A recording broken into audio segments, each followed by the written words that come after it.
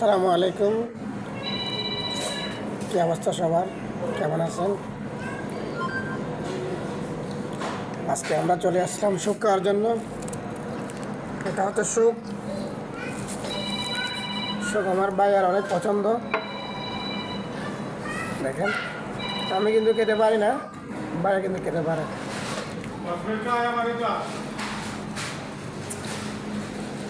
আমি খাচ্ছি কি চেন্ডুস চা।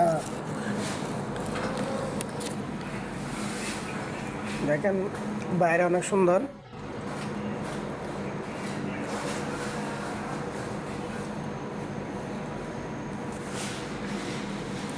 এটা একটা রেস্টুরেন্ট, অনেক সুন্দর একটা রেস্টুরেন্ট।